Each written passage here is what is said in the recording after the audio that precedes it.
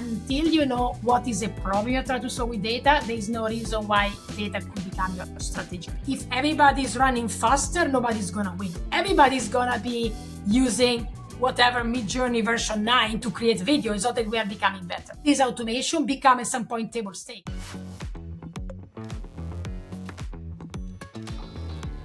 Welcome to AI Marketing Pioneers podcast, where we bring you insights from the leading minds in AI marketing. Today, we're diving deep into the shift from AI automation to true AI transformation at enterprise scale and what it takes to create sustainable competitive advantage in a world of thinking machines. I'm really excited to have our guest today. Our guest is Linda Serita, former VP of Marketing Data at Nike, where she had a very cross-functional 16 years career across retail, marketing, general management, digital, data, and AI transformation. She started deploying AI over a decade ago when she was the first GM of the Sneakers app. And since then, she worked on large transformation initiatives to drive consumer and business outcomes by connecting data, AI with company processes and people. She's now advising brands and tech companies on AI strategy, bringing hard-won lessons from enterprise-scale execution. And I had a chance to connect with Linda to hear about all the awesome insights and the experiences over the past few months. It's amazing, and I'm so excited to have her on the show today. So we're going to unpack her distinction between AI automation and AI transformation, why optimizing a customer journey takes a year and a half at enterprise scale, and what actually creates a competitive advantage with AI in marketing. So without further ado, let's dive in. Linda, great to have you. How are you today? Good. How are you? Excited to be here. Great. So you and I have been chatting a little bit about what you've been seeing in the enterprise space for all things AI and marketing. But I want to start with your experience at Nike, especially your cross-functional career there at Nike. I mean, Nike is like one of the biggest and most iconic brands in the world with a lot of initiatives from different teams. Could you walk us through how you went from strategy and finance to leading AI and data for marketing over your career?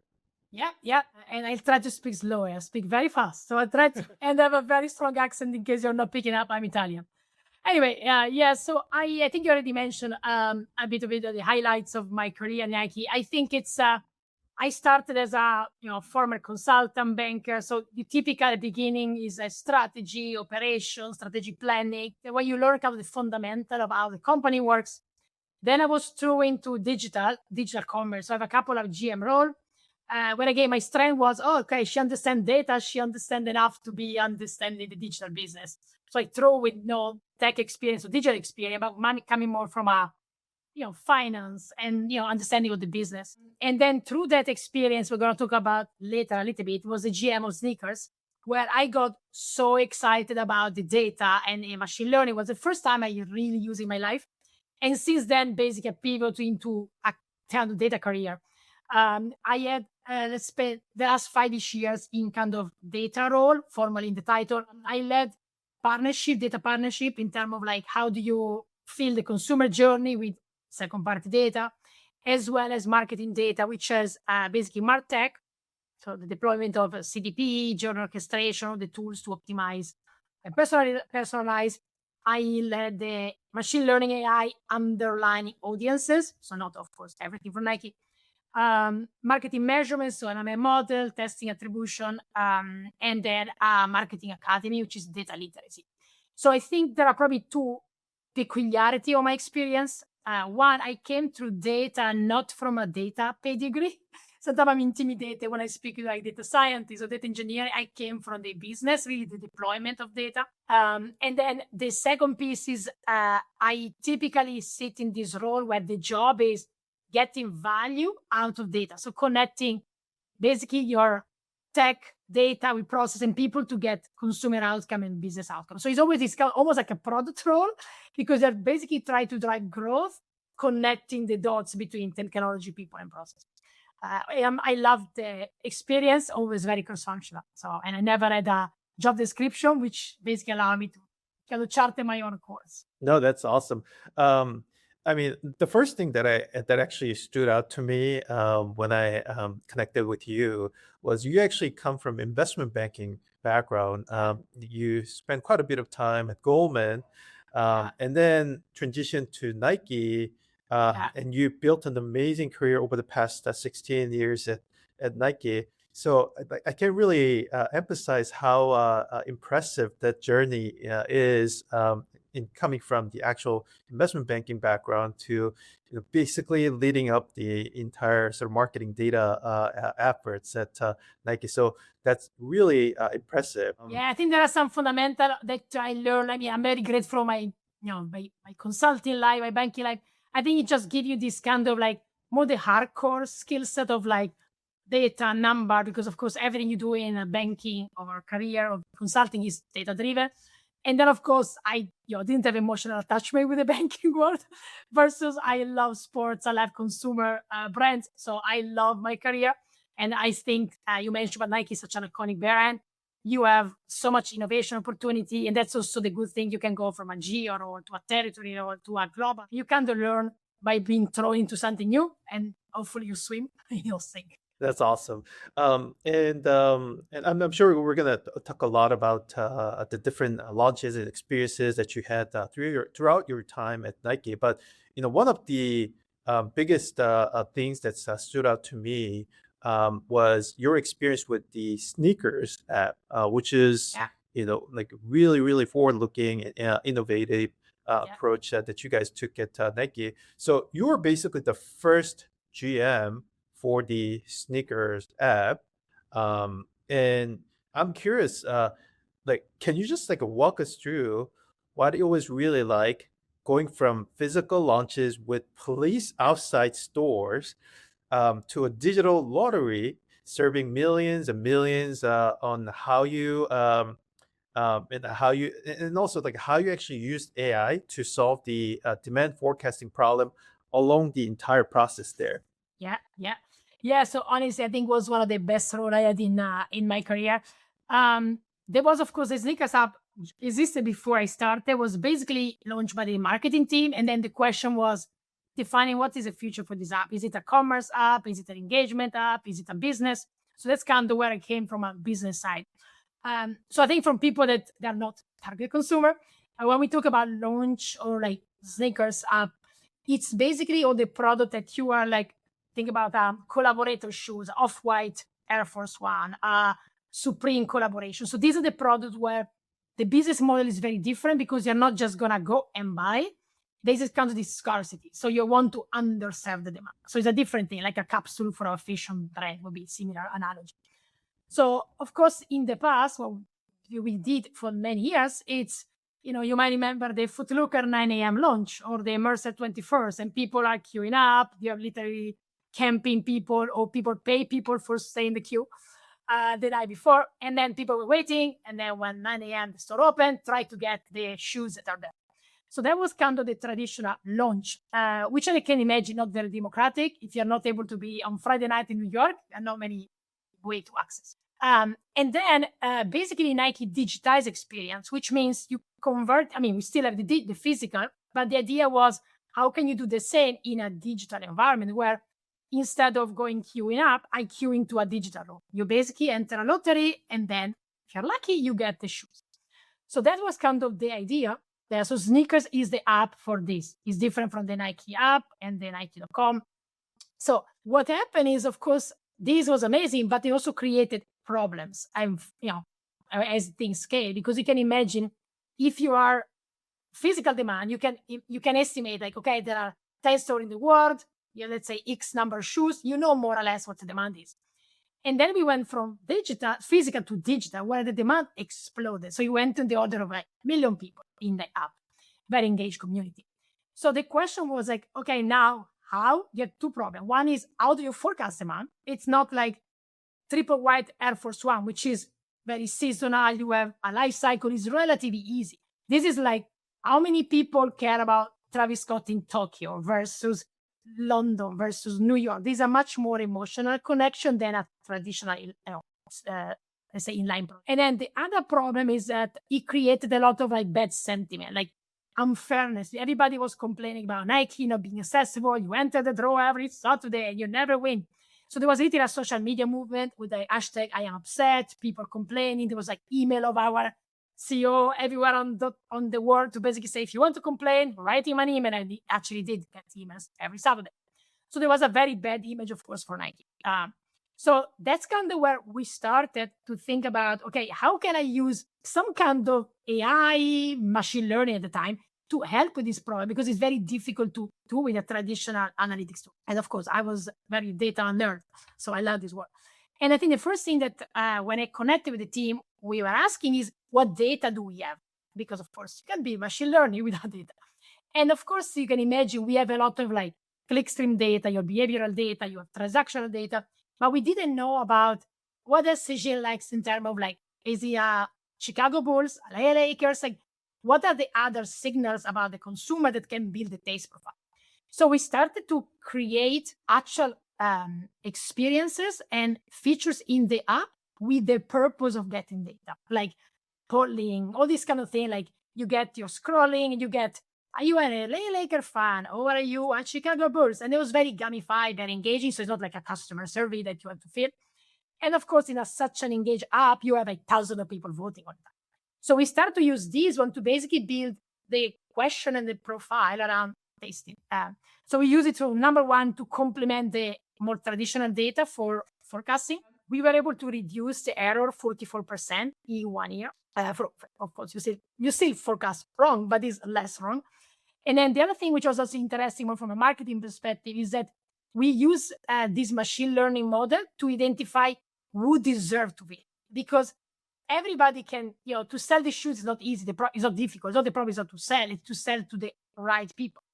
So you look at fairness score, engagement score, so that we would test something like early access, when you could get the access the day before, or exclusive access, or reserved for you, to basically give higher chance to the people. And what we saw that is that you would see a demand increase after you give an offer, statistical significance, 30, 60, 90 days later. So what that means is like you get what you want. You're so happy that you might buy more Nike product when you need your training gear for soccer. So at the end of the day, the demand was increased for Nike ecosystem, not for the sneakers, which is constrained by the demand.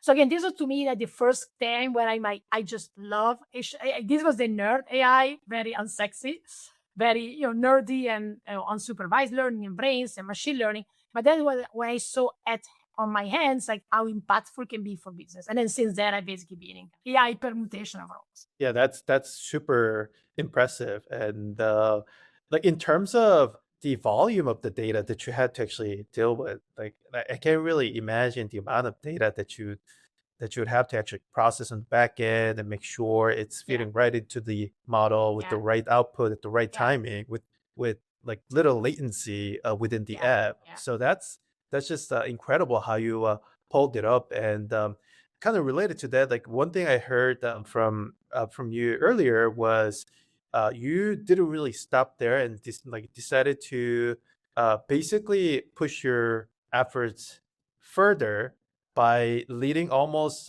this like unprecedented like first connected marketplace data partnerships, right? Like linking membership data with other retailers like Dick's Sporting Goods, JD Sports, and Zalando, which was very, very impressive. How do you think about like data itself as a strategic asset versus just an operational tool, which I think is the biggest question for a lot of the enterprise leaders right now?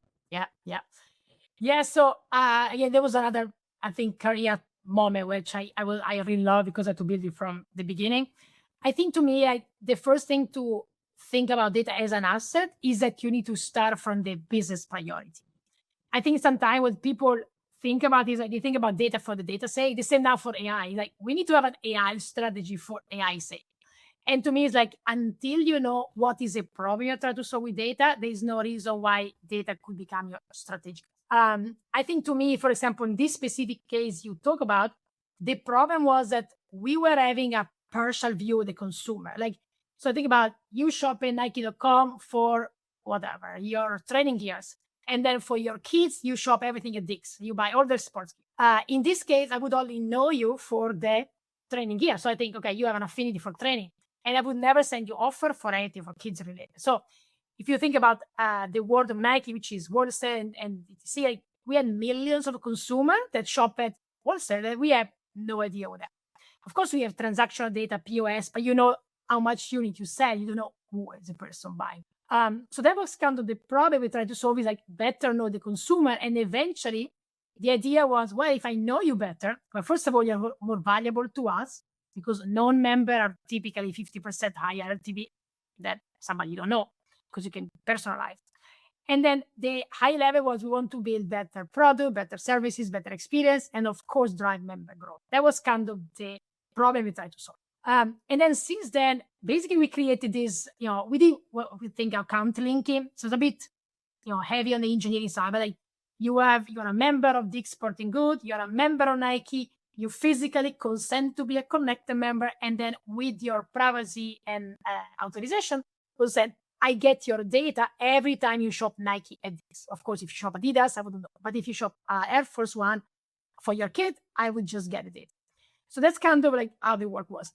And then what we did in terms of like the impact and strategic asset, we use it for, to simplify, is to make better decision and to personalize marketing and experience. So I'll just make a couple of examples for both without spending hours here. But the better decision is, for example, we use this data to complement our first party data to be like buyer's profile, your basket analysis, your product role, what are the closet expander, entry product, loyalty product, because of course now I know more of what you buy, not just what you buy at Nike. And then in terms of personalization, now, for example, you would also have an affinity for kids, because now I know that you buy kids at this. So anything which is personalization in the app, email, of course, will be tailored to your broader profile.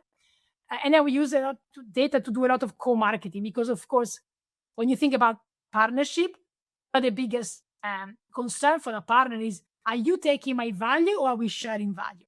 So there was all this like mutually profitable conversation. So for us, we use co-marketing initiative to connect a member to, for example, I would send an email to a connected member for a birthday and say, oh, you can have the 10% discount at Dick's Sporting Goods. So we were trying to find also a way where you could use the data to drive traffic to the partner, because of course the partner would be afraid of disintermediation. So it's a lot about how can you use data to create value for the consumer, for Nike, and for the partner. So this was almost like the perfect case study for this kind of partnership. Of course, kind of tricky from an engineering perspective. I could do it differently today, but that was a nice experience, which of course for some industry like airlines is very basic. I mean, everybody does this partnership. You think of Amex, etc. For sports, was pretty innovative. 6 years ago. That's awesome. Out of curiosity, how long did it take for that project to actually come to fruition, from the initial idea, partnerships, conversations, and then actually going through the algo and launching these campaigns and going live? Like, how long did it take, and like what was the experience like? Yeah, so it's interesting. So I was in the role for 2.5 years, and I didn't even see the finish, honestly. Then of course somebody took over, but I would say the first partner took like 8-ish months. Because it was engineering work, like what is account linking from like first conversation to launching. I remember roughly that's the timeline. The second part that took also quite a while, and it's funny because the first partner was an American partner. It's much easier on the GDPR privacy compliance. When we went from there to German partner, that took ages as well. So I think it's, again, the first one was difficult more from a technical perspective on this like disintermediation rule, legal compliance, competition law. So just to have the blueprint. The second one was challenging because Europe is more difficult on the compliance side, privacy side. And then the third one was easier. So again, I was in this role for 2.5 years. I would say the first, again, 8 months is for the first partner, 1.5 years was to get to the second and third. And then of course the monetization takes more time, because the biggest problem is data density. If you connect partner, you get 20,000 people, like, okay, yeah, on a 100-line database, it doesn't do much. So the value comes later when you start increasing data density. No, That's really impressive. So speaking of the data itself and actually using the data marketing campaigns, especially personalization at scale, like one thing that's always a big question for marketers, operators in practice, um, is how do you actually make all the marketers and operators on the ground to trust and use data and even AI with like everything that's possible right now in their day-to-day work. Like you mentioned the actual density of the data, which is very important if you're running personalization at scale. But like I'm curious, especially given that you've been running and actually built Nike's consumer marketing academy for 500 plus employees, which is awesome. So from that experience, like was there any takeaway or learning in having marketers actually trust and use data and AI in their operations? Yeah, yeah. Yeah, for sure. I think each of the question could be a podcast on its own. I think to me, like one of the things which I learned from like the theory, but actually by the work is that when you come to like digital transformation, AI data, typically what you see, like 30% of the effort is the data, the tech, the models. 70% is the process, the people, and change management. And again, this number is a BCG stats, but if you whatever consulting company you take, typically that's what company will say. I kind of experience myself. And for example, if I go back to the sneakers side, the difficult part was not the model. I mean, the model, of course, you have very smart people and these very talented data scientists. But the difficult part to me was how do I convince the brand manager in Japan that he should not target Gen Z women in Tokyo, which have bought Air Force One, but they should trust a black box machine. And this was honestly the way I spend the majority of the time. Especially if you think about Nike is very, people are very proud, very experienced. I'm like, well, now I trust this model when I actually know my consumer. So that's kind of, I think, was the different the difficulty. In that case, we had to explain why demographic and gender are basically unpredictable of any type of engagement on a sneaker. But so what we did is that's when we started to invest into the AI literacy program, data literacy, etc. I would say in terms of learning, the first one is that you need to start from the top and an executive sponsor. Like it's very difficult if you're like, we want to be data driven, but then the CEO, the ELT member, they just made decision with the gut. So I think you need to be able to go the talk. So I was lucky because the most senior VP in Nike basically was like, first of all, he was an actual sponsor on the academy. So he was a person saying, you need to do it. It's part of our OKR, which of course it helps. And then he was a person, basically crafty like QBR. You need to have incrementality. So it was actually walking the talk. And I think without that one, I wouldn't even start. The second piece is that when I think about more the learning, and I'm a learner myself, so I love to talk about this. But I think the one thing, at least for a company like Nike, is you want to make the learning relatable, simple, and not technical. You would not try to explain in technical terms to marketing people. So for example, when we had to explain attribution, I'm sorry, multi-touch, last touch, the way I still vividly remember the page on the training where we use a soccer field analogy, the European, the real soccer, not the football. When you have like, okay, you're scoring a goal. You have a defense passing to a midfielder, passing to a striker, striking. If you have last touch attribution, all the credit goes to the striker. If you have multi-touch attribution, you split the credit between the defense.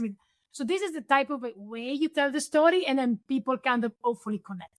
So that's one thing. The second thing is when you look at how people learn, you can put people stuck in a room and listening to video and conversation and training. But the reality is that 70% of what you see, you forget in 3 days, unless you're practicing. So sometimes you see the traditional program, you have to do this by the end of the month. People do it while doing something else, doesn't do anything.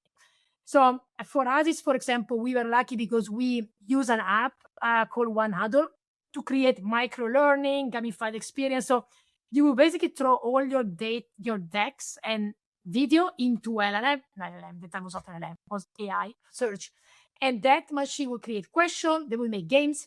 And then you have like games, like okay, you do this training, but then you get all games which are 90 seconds where you're queuing up for your sandwich. So the people would not just do the training, but then over the course of the month would have this experience. We got like 1,000 people playing for the first 2 months, and then we have like leaderboard, and Nike is very competitive, so people like to do this.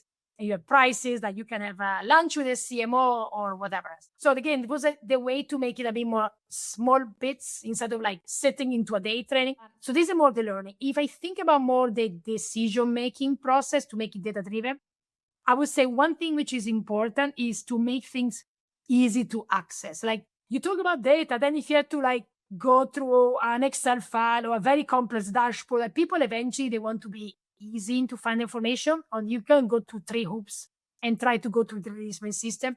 So at my time, we're still like very dashboard, which is again the 2022 approach.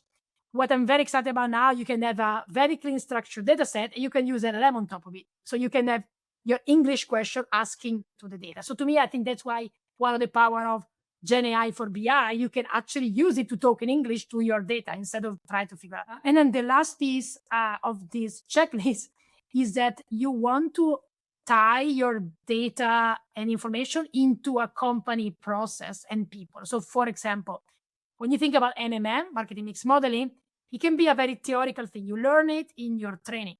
But then what we did is like, okay, now every geography, every quarter need to have the same scorecard with MMM numbers. We use this in front of everybody to make decisions, to decide scenario planning, budget allocation. So we basically plug the data into a process, and then you do it in and out. Of course, the first quarter, second quarter, people don't understand what you're doing. After 6 quarters, people will get it. But again, sometimes it's like if insight is not tied to the decision-making process, becomes insights for insight's sake and not insights for basically strategic value or strategic assets. Long answer to your question. No, that's great, and that actually makes me wonder the classic sort of dilemma for any marketer today is, how do you actually balance yourself between data and intuition? And Yeah. in many cases, like it's like two sort of extreme forces at play in any brand, especially like at a like iconic brand like Nike. I would assume that the actual like attention was much stronger with so much around the actual storytelling. How do you show up as an amazing brand with the values that you stand for, versus on the other hand, like you're like, oh yeah, like you look at the data, you actually can drive optimization, incrementality, and all the awesome things that you can do. Like I'm curious, like as you talk about the entire experience of sharing the MMM data and insights and also the education around it. Like, was there any like interesting learning around the sort of a balance and the struggle at the same time? I'm curious. Yeah, it's a very difficult question because I don't know if there's like can we crack it. So I think depend on the company. Nike leans much more on the kind of storytelling, branding more than the performance marketing. Other brands are totally the opposite. So I think for us, it's almost like you need to understand. One thing we were teaching is you need to understand you have a toolkit. You don't use the same tool for different things.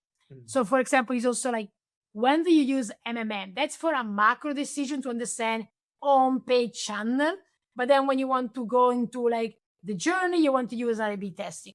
I think it's similar to like when do you use your almost like intuition and emotional connection versus when you do this data. And I don't think I have a great definition of how we did it, but I think it's a bit of like the same way when you think about AI. Like AI can scale, can optimize, can create content, but cultural relevance, a campaign will give you goosebumps, is not going to be coming out of a machine who look at historical pattern.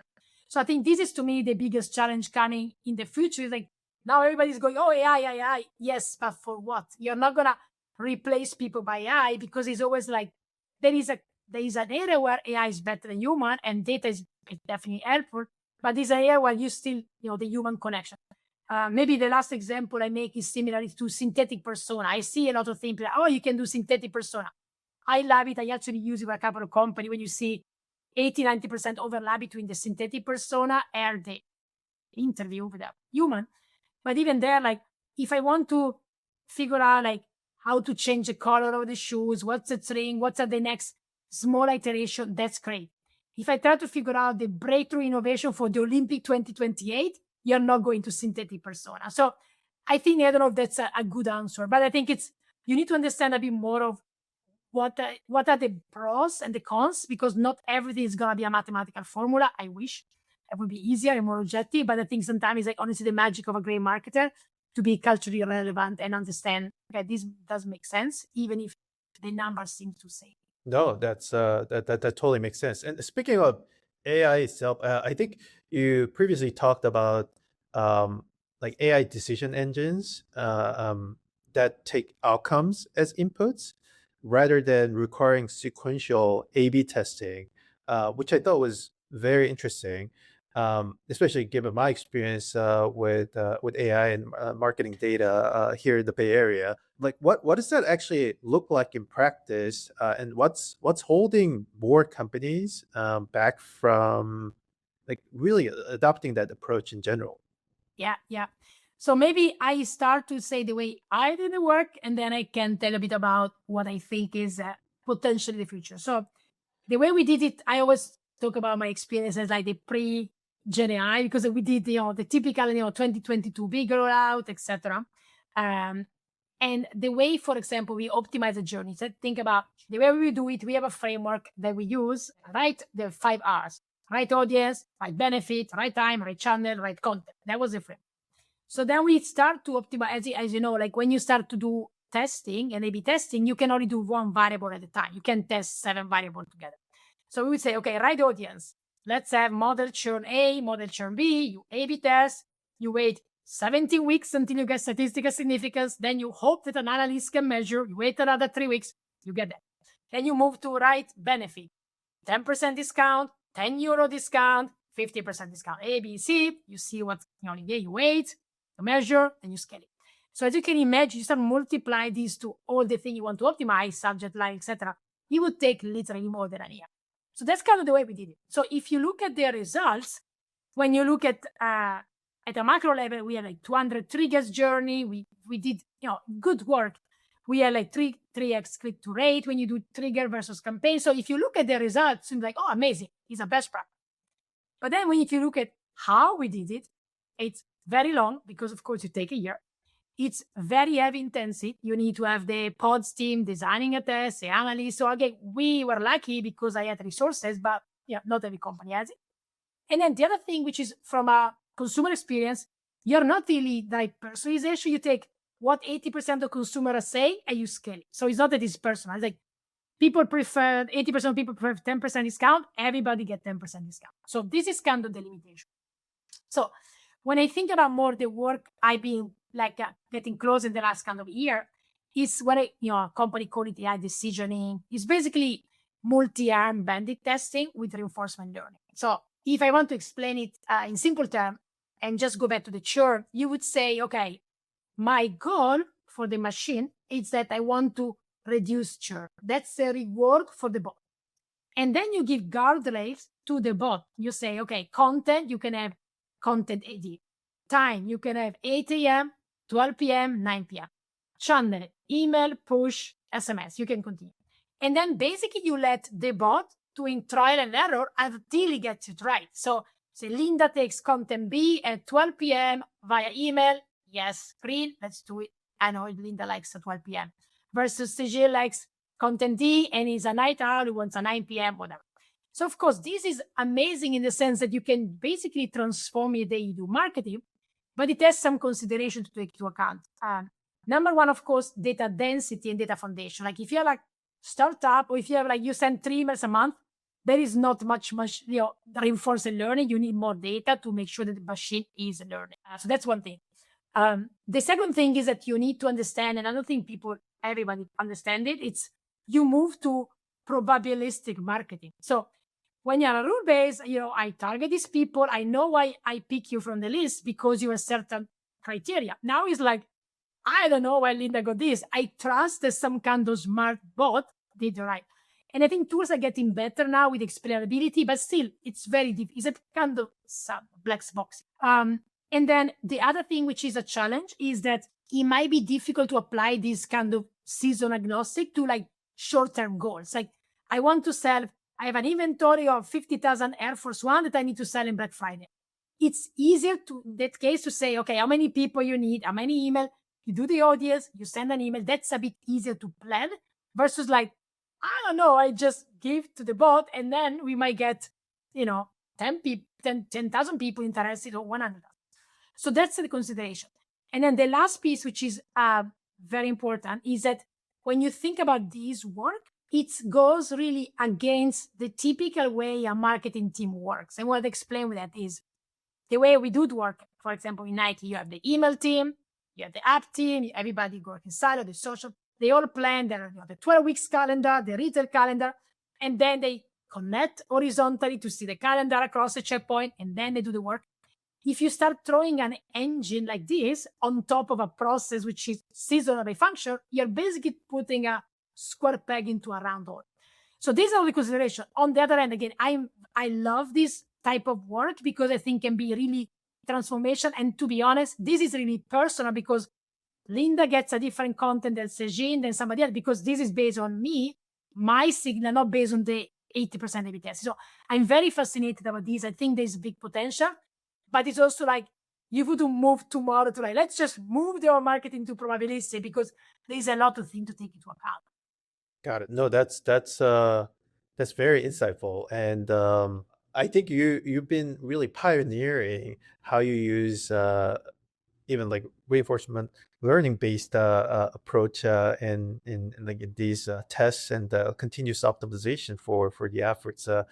Because a lot of times you kind of fall into the trap of sequential A/B testing, and you always get to set up multiple tests with clear boundaries and wait for a while to hit a statistic, and it's a very tedious process with not much business impact guaranteed for every single A/B test. So so it's really interesting how you thought about it. Like, of course, I think the challenges would be really how do you actually balance it with the short-term goals, short-term priorities, and also all the ongoing 360 marketing campaigns on each, like everyone's campaign calendar, and how do you actually balance all of that? But like my bet is that's going to be the future of marketing at scale. It's not going to be only digital channels. It's not going to be only retention. It's going to be for everything we do. But I guess how we get there is going to be a long journey.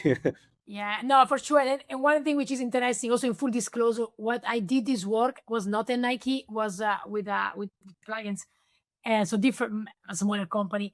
And I think to me, what I also find fascinating is sometimes like there's almost a benefit for being small with our resources, because then I'm like, okay, let's do this decision engine because we don't have the luxury of like hundreds of people that can do data science.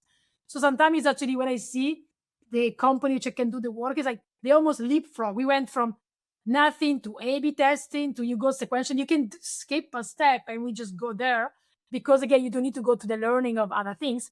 Again, if you have data density, you need to have something. You can be like a startup with 3 customers. But if you have, I think it's, there's decently, again, the result I saw is a more mid-sized company where it's, enough data density, but not so complex and political to break through in terms of experimentation. Yeah, no, that totally makes sense. The one thing that was just really interesting to me, based on our prior conversation, is how you drew the distinction between AI automation and AI transformation. Can you explain the difference and why it matters for marketing leaders today? Yeah, I'm very passionate about this topic because I actually think that one of the reasons why, whatever you read, any, let's say the MIT, the 95% of AI projects are not delivering. When you think of this comment about AI don't delivering value, I think one of the reasons is a lot of emphasis on the automation and the short-term efficiency, and there's not enough focus on the transformation. So I'm going to explain a bit of what I mean there. I think to me, like the simplest way to explain is like in automation, you take the existing work and you see how can I make the existing work faster and cheaper. So if I go back to like, for example, the Nike, not the Nike, the marketing, you're like, okay, the traditional, you do consumer research, you get inside, then you define your audience, then you create a campaign brief, then you have to create the programming, then you do launching, that is traditional way you do seasonal launches. So you can say for automation, you can use AI for research interview. You can use AI for consumer insight. You can use AI for audience optimization. So you basically apply AI in pieces to the existing one. And of course, become faster. When I think about transformation, is different. It's not like based on the work, it's based on the outcome. So if I go back to the same example to say, what's the outcome? The outcome I want is to decrease churn. And then how you get there, it's a very different workflow. So I think to me, the fundamental point is that automation makes things cheaper. Transformation can drive growth and basically strengthen your competitive advantage. I think that's kind of probably the biggest difference. And again, now there's a lot of emphasis like you can fire people and cut costs and it's very short term. Like, are you becoming better than Adidas because you're better in using Midjourney and take 3 hours out of your day? Probably not. That's not the source of your competitive advantage. Got it. Yeah. What out of your experience and like insights from your deep expertise here, like what do you think actually what do you think actually it takes to create a true competitive advantage with AI in marketing Yeah. specifically? Yeah. I think to me, I mean, just to don't get me wrong, I love efficiency, saving everybody. I'm not saying people you should just waste money. The point I'm trying to make is that the saving typically is a short-term gain and it's great, but it's not going to strengthen you long-term. And I think the way I explain is like, if everybody's running faster, nobody's going to win. It's like everybody's going to be using whatever Midjourney version 9 to create video. It's not that we are becoming better. So to me, the point is that all this automation become at some point table stakes. So you need to have it, but they're not going to be different in your competitors. So like think about Excel 20 years ago. Like, okay, now it's like, oh, I'm not amazing because everybody uses it. It's becoming the same. The way you do work, it's automation. So that's the thing. I think to me, the transformation, the piece is that you want to apply transformation to the source of your competitive advantage. So for example, of course, if I'm Amazon and I try to, one of the source of my competitive advantage is cost cheaper, anything which you take out 2 cents, 3 cents, $0.50, it's competitive advantage. If I'm a luxury brand or even a Nike, like, you save 50 cents, is not going to be like the breakthrough competitive advantage. So I think the typically, if I think about a brand, a retailer, the competitive advantage lies into product, brand, selling experiences. So typically, that's where I think the transformation can happen when you look at how you can basically get stronger in the area where you already are stronger. So for example, one brand which I was following, it's Walmart. Walmart Fashion. They did something quite interesting the last year. For fashion, Walmart, so the basic stuff. And if you think about for them, the competitive advantage is not to be like bring the consumer somewhere new. It's not a fashion brand, but they want to be, relevant, up to the trend, be fast and commercialized. So what they did, they pilot, I think the project was called Trend to Product. And basically what they did is like, okay, we want to transform with AI how we go from the trend identification to the launch. So they throw AI on social listening and all these kind of signals the consumer give you online to identify trends. Like, okay, we see that this type of shape is picking up in Japan. And then they use that one for tech pack directly. You're like, this is the thing you can design the sketch. You can start to think about, okay, how do I market this? Because you have all the insights. What's the right language? What's the right storytelling? And basically they did end to end from trend identification, create the product, creating marketing and launching. Again, it's a bit small. I think it was 1 year, I think it was it's like 8 months initiative. And now they try to figure out how to scale it. But then it's really like, okay, you really strengthen your competitive advantage, which is go to market faster and be relevant to the consumer. So these are the example where I think about you take one thing, which is, and you take it end to end and you create, in this case, an AI native process. You're not putting AI on top of your existing chaos. You're using AI end to end. And I realize it's difficult because, of course, you need to break silos. So not say it easier, but I would guarantee that every company, there are at least one area where I'm like, okay, this is where AI can make a dent. instead of like doing AI because my CEO told me I had to put AI on a page. That totally makes sense. You've been working with a lot of companies for AI strategy, consulting, and like advisory role as well recently. Um, how does the actual AI adoption challenge differ between large enterprises like Nike and even smaller, faster moving companies at a smaller scale? Yeah, that's a great question. I wish his success formula would be the same, but it's not. So I think, yes, I think as you mentioned, I went from typically very large company and now startup as small as 3 people. So that's a bit of a big range. I think what I would say is that if I think about the checklist for successful deployment, it's come to the same element.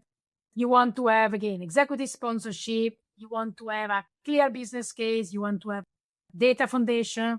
You want to have technology. You want to have wire the AI into process and tools and people.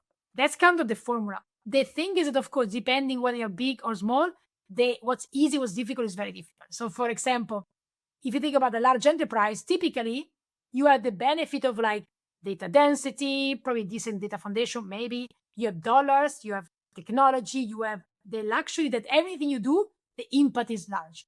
Think about the sneakers example. I throw a poll and I have thousands of people. So that's a benefit.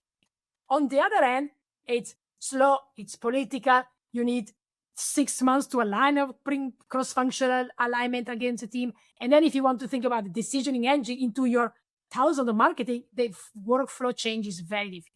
So typically what I do with kind of bigger company, it's the 2 things before I even start, it's do I have a relevant executive sponsor?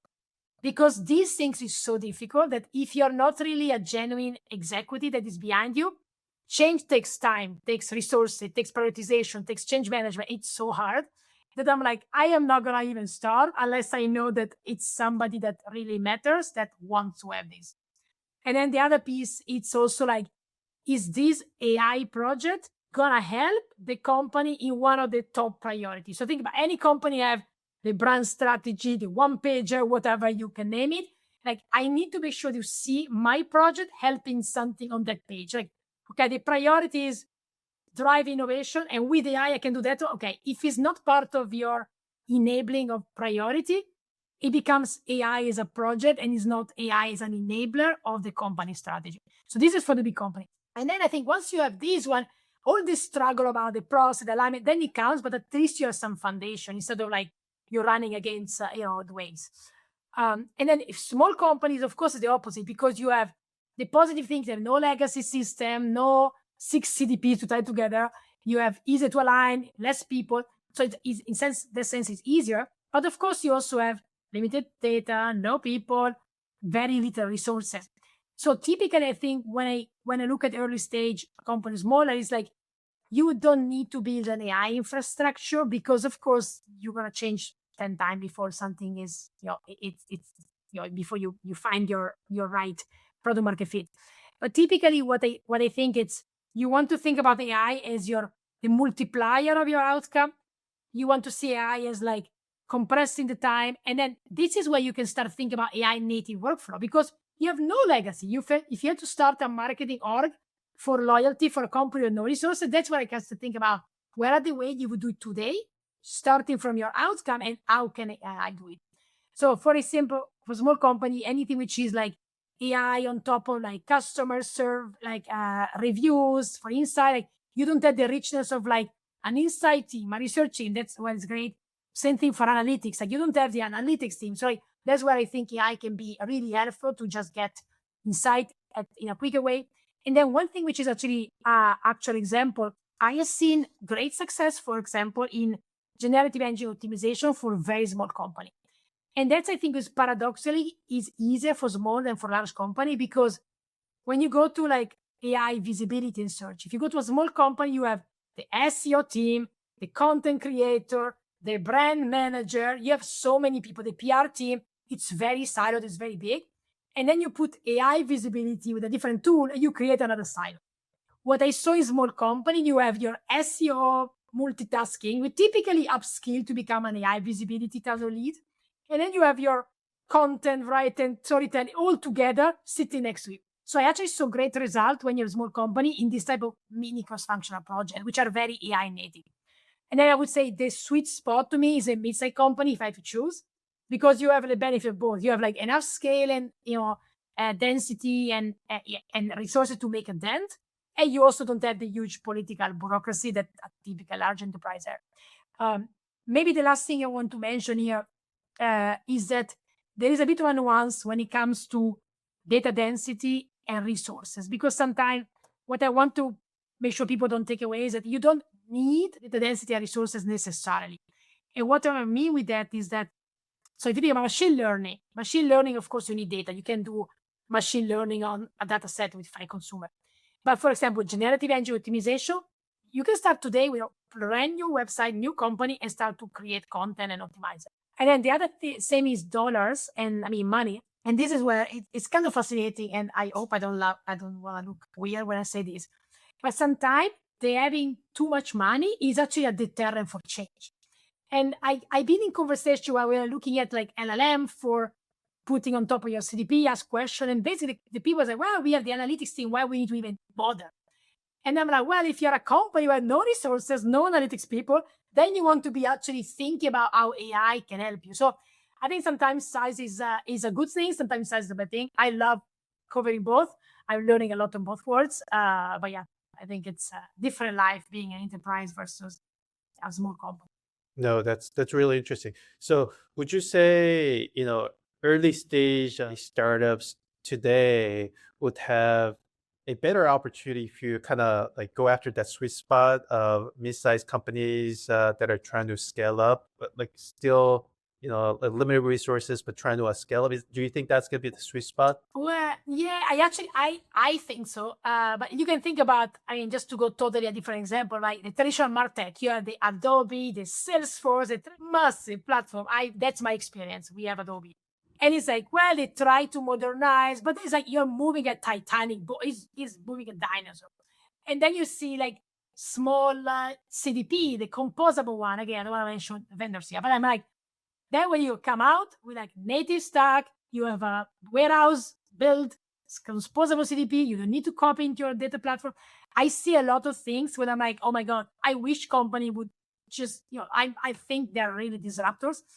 The tricky part, again, we are talking about a different topic, but sometimes it's like we are enterprise, for example, you don't want to trust a startup. It's like, oh, I want to go to the Salesforce because I know they've been there for many years.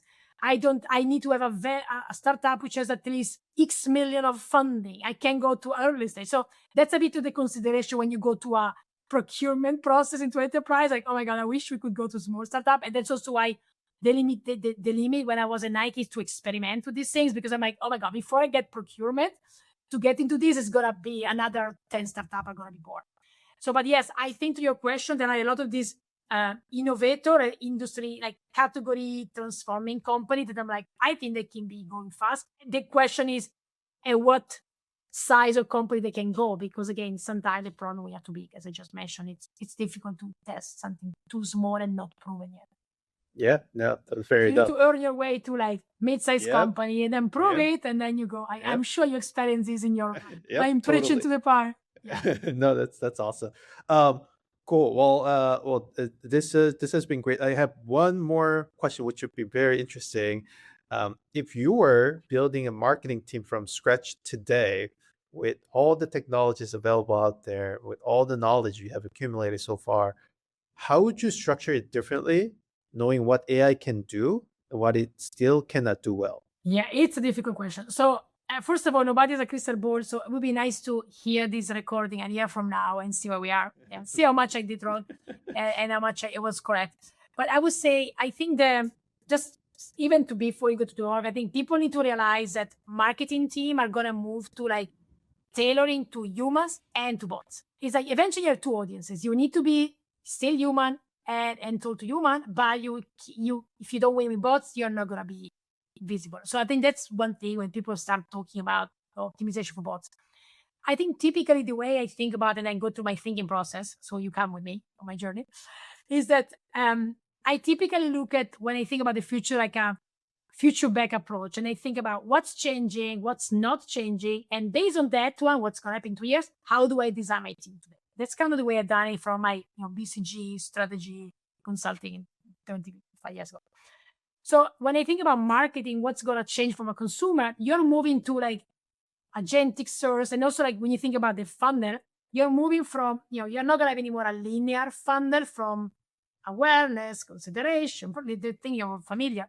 We are moving much more into a world where if you think about, I am searching for a pizza, a vegan pizza close by that I can be delivered in 10 minutes. I both find it. He asked me, do you want to order? Yes, get Uber Eats. The pizza gets home. I eat it. You get a push notification. You like it or you don't like it, and you close it. This is kind of the type of journey where when you think about from a marketing perspective, you have your contextual data, like a prompt, a voice power, whatever mode. Then you get some kind of nudging, decisioning engine. Then you get a response. Yes, I like it. No, I like it. And then you get a feedback loop. So it's a much more perpetual marketing. And I promise I'm going somewhere with this. This is kind of the changes. And then when you think about what's not changing, and then people they'll have trouble articulating, when I think about storytelling, branding, community, physical interaction, to me, those are not going to be as important and maybe even more important today. In a world which is always synthetic and synthetic influencer and Gen AI and everything is the same, I think there's going to be even more craving for authenticity, storytelling, and the physical connection. So with that in mind, I think to me, like when I think about the word, I think about what's the work in that word. And I think if I simplify, it's probably this, of course, the creating meaning and story. That's a piece of work. You still can be robotic and just talk to bots. And of course, the way you do it is different because you can be powered by AI. AI can help you a lot.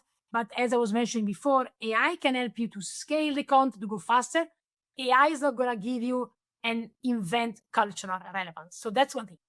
The second piece, it's anything which is visibility on AI. So like all this work around the SEO, GEO, the team content, like that's a piece of work that of course you need to have. The third piece is something which is, I call it the dispatching of like, you take your content and you have to dispatch it to the right people, right time, right audience. And that is of course the measurement, because even if today, today's attribution will be very broken, but you still want to measure. You're not going to pay for ads traditionally, but you still pay for influence. You pay LLM, you give commission. So of course you still want to measure. So when you think about the work, then how does the org look like? And again, I'm not talking about org chart, but it's more like what are the people I would imagine. And again, let's say 1 year from now. But you need one bucket is like your brand and creative strategy team.